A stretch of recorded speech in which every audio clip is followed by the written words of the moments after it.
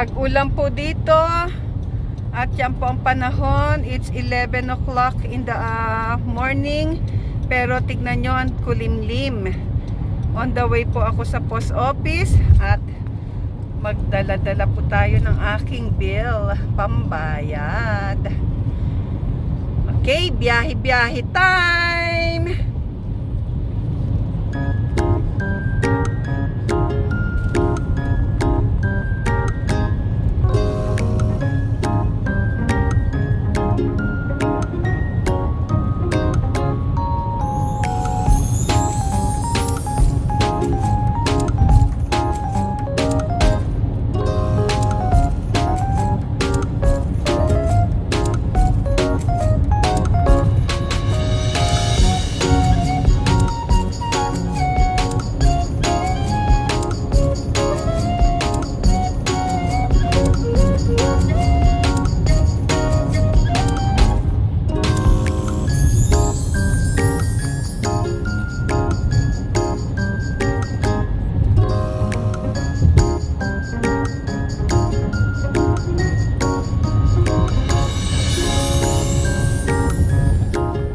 Nasa freeway po ako. Ganyan po, ang dami ng sasakyan.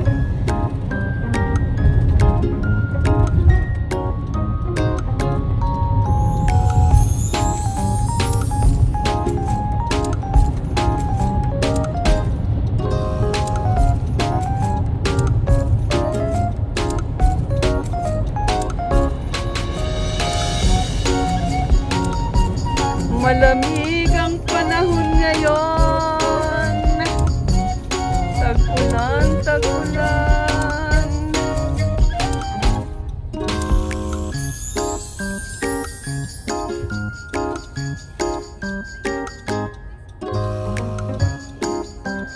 Ang aking dancer.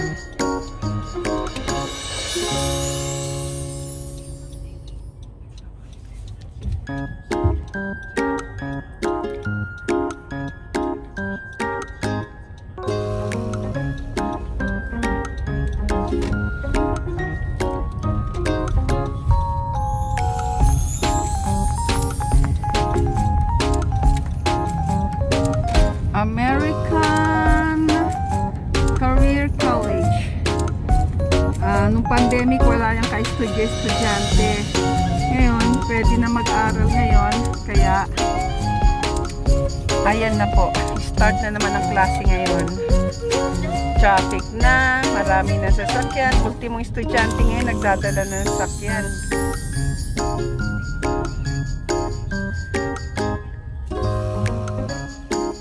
Traffic. Ito po ang front ng school ng tinuro ko kanina. Yan ang uniform nila. Ganyan siya kataas hanggang 4th floor yata yan.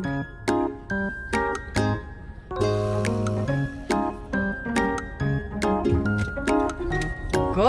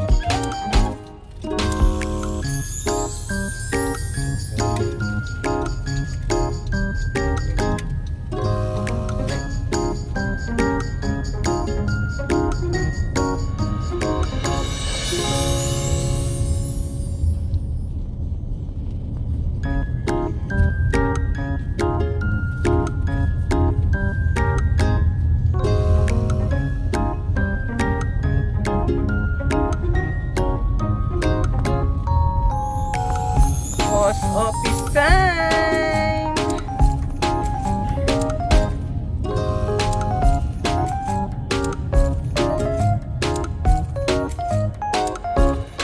Ayan, mag-ilibot ko na kayo sa side street.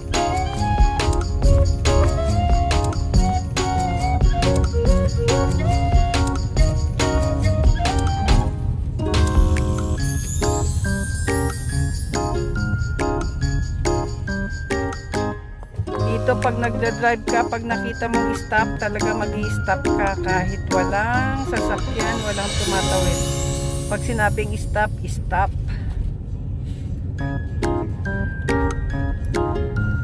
Merong malilit na camera dyan sa mga poste na yan. Pag hindi ka sumunod sa kanilang rules, bigla na lang mag-flash yan at makikita yung address, yung plate number mo, magugulat ka na lang, may makikita kang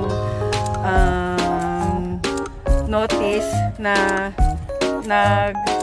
nag-ano ka sa kanila, nag-violate ka sa kanila. Mahigpit po ang driving dito.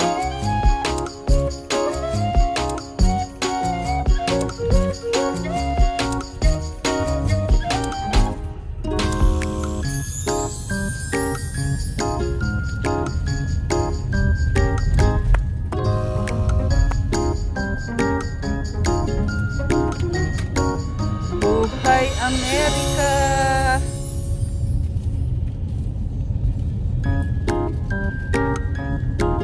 Mamaya titignan natin kung gaano karami ang tao sa post office.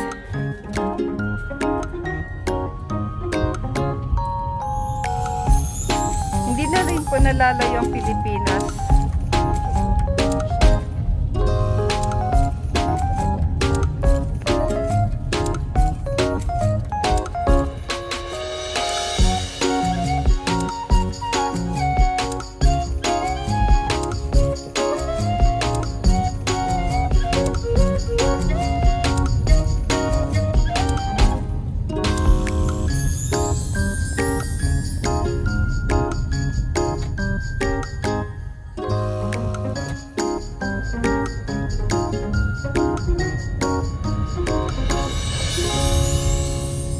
Yan po maganda side street. Wala po masyadong sasakyan. Ang sarap pag-drive.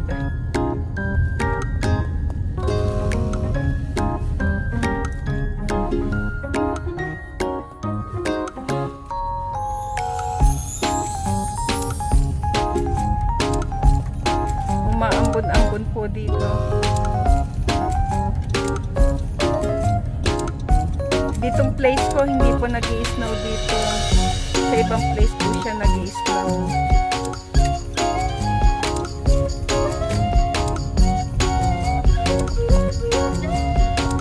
Dito, kung pwede ko lang pasyalan yung bahay ni Pacquiao, ipapakita namin. Kaya lang wala po kaming time.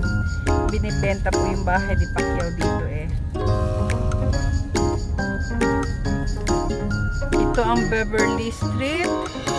Yan. Hanggang dun.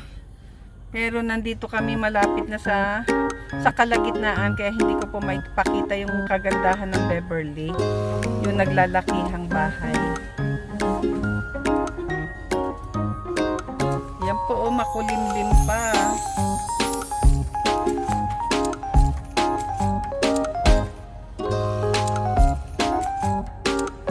Makulimlim pa.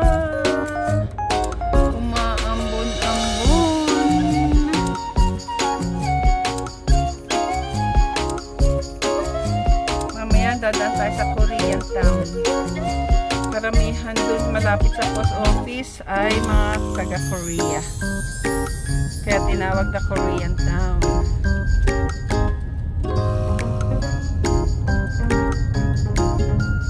Ayan, may tumatawid. Right po nila na tumawid. Kaya hayaan nyo lang silang tumawid. Kahit go ka na, kahit saan sila tumawid, karapatan nilang tumawid. Hihinto at hihinto ka talaga.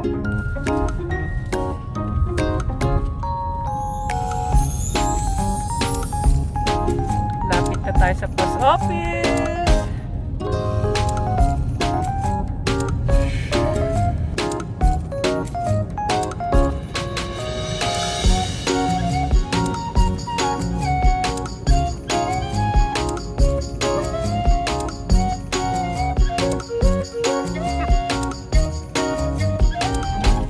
Ang kulimlim.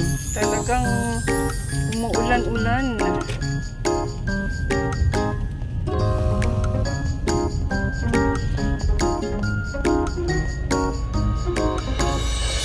Yan po yung bus na yan.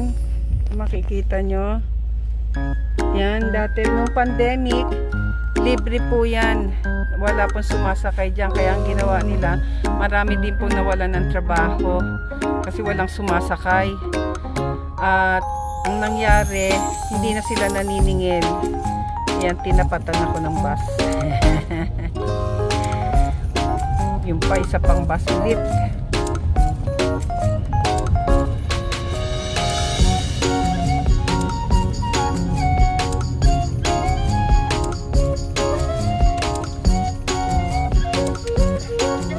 Yan na po ang post office at magra-right turn ako.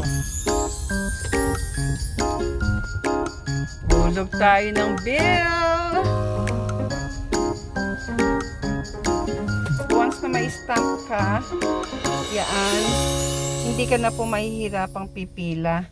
Meron silang pinaka-booth na doon mo lang ilalagay yung naka-stamp envelope. Tara, pasok tayo sa loob. Bababa na po tayo. Bawal po ang camera doon. At ito, maghuhulog lang po ako ng sulat. At ganun po kalayo ang post office sa bahay namin. It's 10 minutes. Tara, pasok na tayo sa loob at maghulog na po.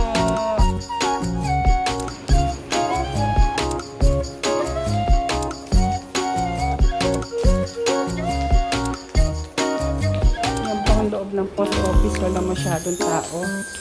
At ito lang po.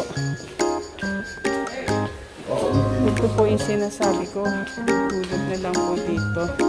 At since instamp, ito po yung stamp letter. Kaya iuhulog ko na lang po dito. Yung stamp letter. And then I had a lot of shoes Okay that po. I ordered on Facebook and they come to the house and we get and they get it. Okay. Tapos na. Ganun lang kabilis. At uuwi na tayo kasi lunch time. At bye-bye, post office. Nakaraos na tayo. Umaambon-ambon dito ngayon. At sasakay na tayo ng sasakyan. Bye-bye, post office.